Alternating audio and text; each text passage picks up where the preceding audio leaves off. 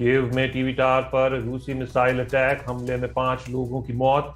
कल ही रूस ने कहा था कीव में महत्वपूर्ण ठिकानों को बनाएंगे निशाना। बड़े रूसी हमले की आशंका के बीच कीव में भारतीय दूतावास बंद। विदेश सचिव ने कहा कीव में अब नहीं है कोई भारतीय। सूत्रों के मुताबिक सुरक्षित जगह पर शिफ्ट किया जा रहा है भारतीय दूतावास। यूक्रेन के खार्किव में सुबह एक हमले में मारे गए भारतीय छात्र नवीन के परिजनों से पीएम मोदी ने की बात।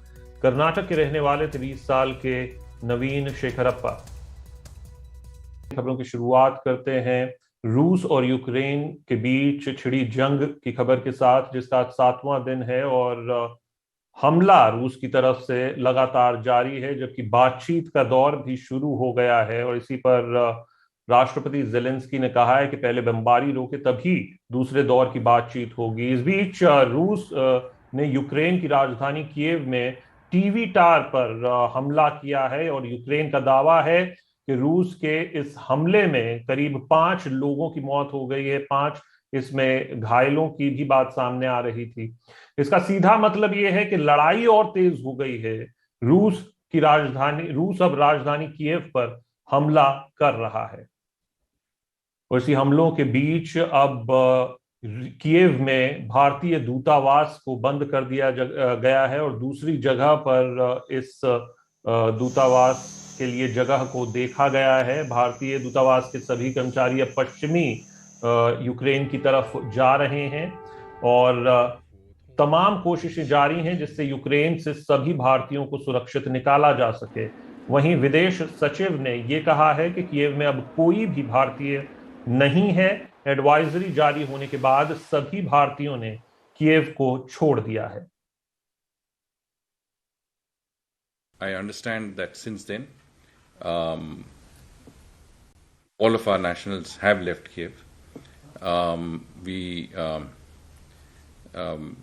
The information with us is that we have no more nationals left in Kiev. Nobody has contacted us from Kiev since. All our inquiries have revealed that each and every of our nationals have come out of Kiev to the extent that we can tell you. वहीं Ukraine से भारत के लिए बुरी खबर आई। Kharkiv में मंगलवार सुबह रूसी हमले में एक भारतीय छात्र की मौत हो गई। हमले में जान गंवाने वाले छात्र की पहचान 20 साल के नवीन शेखरप्पा के तौर पर हुई है।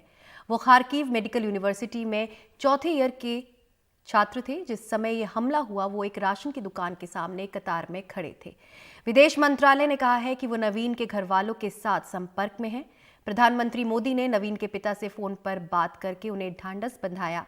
यूक्रेन रूस युद्ध से पैदा हुए हालात पर प्रधानमंत्री मोदी ने एक हाई लेवल मीटिंग भी की।